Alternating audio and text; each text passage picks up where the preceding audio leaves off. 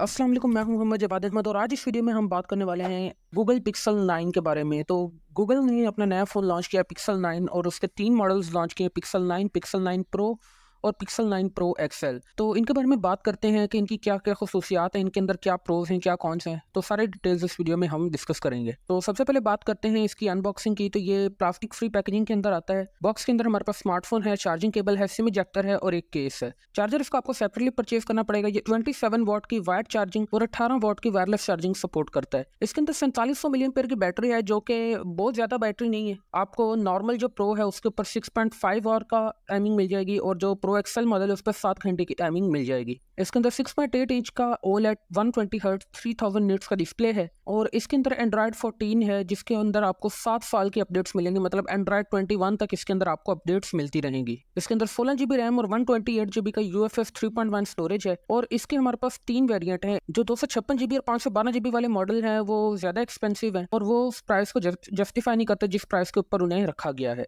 इसके कुछ pros and cons की बात कर लेते हैं तो इसका बहुत ही सिमेट्रिकल डिजाइन है, चारों तरफ बिल्कुल इवन और बिल्कुल इक्वल बेजल्स हैं और एक बड़ा ही बैलेंस कैमरा बम्प है। कैमरा बम्प इन्होंने इनहेंस किया, इस बार चेंज किया उसका डिजाइन थोड़ा सा। और इसके बैक के ऊपर हमारे पास ट्रिपल कैमरा सेटअप है, 50 megapixel main camera, 48 megapixel ultra wide और 48 मेगापिक्सल टेलीफोटो लेंस। इसके अंदर हमारे पास अंडर स्क्रीन फिंगरप्रिंट स्कैनर है जो कि अल्ट्रासोनिक वेव्स यूज करता है instead of optical fingerprint scanner. तो ये बहुत ही ज़्यादा अच्छा है और बहुत ज़्यादा बेहतर है इन टर्म्स कि ये आपका एक 3D मैप कर लेता है आपके फिंगरप्रिंट को और ये ज़्यादा बेहतर तरीके से काम करता है। इतना कि अगर आप इसको स्क्रैच भी कर लेते हैं सरफेस को, उसके बावजूद फिंगरप्रिंट स्कैनर जो है वो परफेक्टली काम करता रहता है। इसके अंदर एक बहुत ही अच्छी वाइब्रेशन मोटर है जो कि जितने भी एनिमेशन हैं, स्लाइडर बटन वगैरह उनके साथ ट्यून्ड है। ओवर हीटिंग की प्रॉब्लम जो पिछले फ़ोन के अंदर थी वो उन्होंने इसके अंदर सॉल्व की है, तो ये फ़ोन्स बहुत जल्दी ओवर हीट नहीं होते और जो अपनी परफॉर्मेंस उसको ज़्यादा मेंटेन करके रखते हैं। और इसके अंदर बहुत सारे AI फीचर्स हैं जैसे कि गूगल जेमिनी और गूगल असिस्टेंट। अब आप इन दोनों के अंदर से कोई किसी को भी चूज़ कर सकते हैं। जेमिनी जो है अभी बहुत ही लिमिटेड फीचर्स हैं उसके और बहुत सारे काम जो गूगल असिस्टेंट कर लेता था वो भी पॉसिबल नहीं है, लेकिन क्योंकि अभी ये डेवलपमेंट फेज के अंदर है तो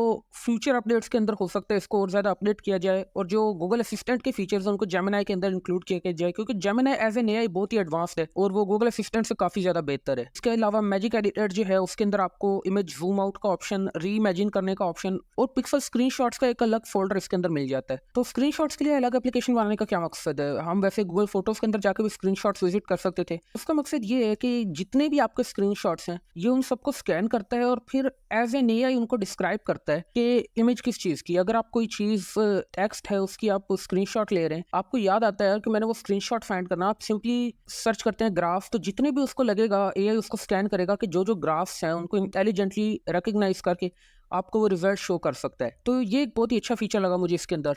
वीडियो में आगे बढ़ने से पहले जो मेरे व्यूअर्स हैं उनसे एक दरख्वास्त है मेरी कि 93% जो मेरी वीडियोस को व्यू कर रहे हैं उन्होंने अभी तक चैनल को सब्सक्राइब नहीं किया हुआ। तो प्लीज़ चैनल को सब्सक्राइब करके नोटिफिकेशन ऑन कर लें, क्योंकि मैं ऐसी ही वीडियोस इंशाल्लाह हर हफ्ते लाता रहूँगा ताकि आपकी भी हेल्प होती रहे और चैनल को सब्सक्राइब करने से मुझे भी बहुत ज़्यादा मोटिवेशन मिलती है। वीडियो को लाइक भी करें और अपने दोस्तों के साथ शेयर भी करें और लाजमी चैनल को सब्सक्राइब करें। परफॉर्मेंस की बात करें तो जो दूसरे फ्लैगशिप्स हैं जैसे ये सैमसंग गैलेक्सी S24 अल्ट्रा, तो इसकी परफॉर्मेंस ओवरऑल 20% उससे स्लोअर है, लेकिन ये कि इसकी परफॉर्मेंस स्टेबिलिटी हायर है। इसका मतलब ये कि यूज़ करने के बाद इसकी परफॉर्मेंस ज़्यादा कंसिस्टेंट रहती है। अगर आप 2 घंटे 3 घंटे 4 घंटे इसके ऊपर गेमिंग वगैरह कर रहे हैं तो कंपेयर टू दो फोन्स इसकी परफॉर्मेंस जो कैपेबिलिटीज़ है वो बहुत ज़्यादा बैलेंस्ड रहती है। इसकी स्टोरेज स्पीड बहुत ही स्लोअर है compare to Samsung. Sequential read and write की स्पीड की बात करें तो आप स्क्रीन के ऊपर देख सकते हैं कि बहुत ही कम स्पीड है, 785 MB टू 1.7 GB। और फिर सिक्वेंशियल राइट की बात करें तो 138 MB टू 818 MB।